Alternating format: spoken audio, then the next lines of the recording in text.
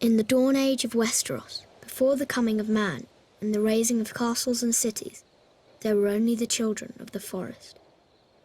Little is known of them now, but it is said they were small in stature, dark and beautiful, and no taller than children when grown to manhood. They lived in the depths of the forests and hidden villages, crannogs and caves.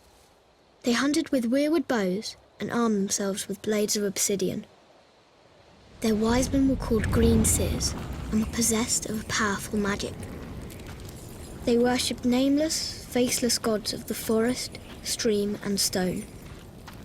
According to legend, it was they who carved faces in the great white trunks of the majestic weirwoods. Their deep-cut eyes were red with sap and ever watchful. 12,000 years ago, the first men came from the eastern continent, crossing a land bridge called the Arm of Dawn. Riding their great horses and wielding weapons of bronze, they cut down the children's forests and weirwoods. A terrible war raged between the children and the first men that lasted for centuries. At long last, the two races sought an end to the years of horror and bloodshed. They met on a small isle in the centre of a great lake called the God's Eye. It was there they forged the pact. The first men would be granted dominion over the coastland, the mountains, the high plains and the bogs, but the deep forest would forever belong to the children, and no weirwood tree would ever again fall to man's axe. To seal the pact before the gods, the children carved a face in every weirwood tree on the island, which came to be known as the Isle of Faces. But the pact could not withstand the coming of the Ândalos, a race of tall, fair-haired warriors.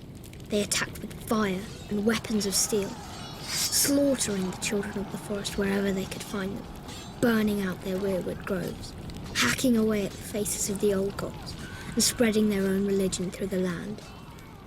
Centuries of war followed, and the Ândalos conquered every kingdom in Westeros, save one, the North.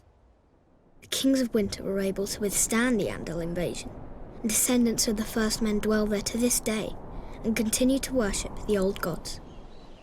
As for the children of the forest, those who survived the slaughter were said to have fled far north and have not been seen again. Most assume they're long dead, and some don't believe they ever existed. They live on only through song and legend, and in the faces of the weirwood trees.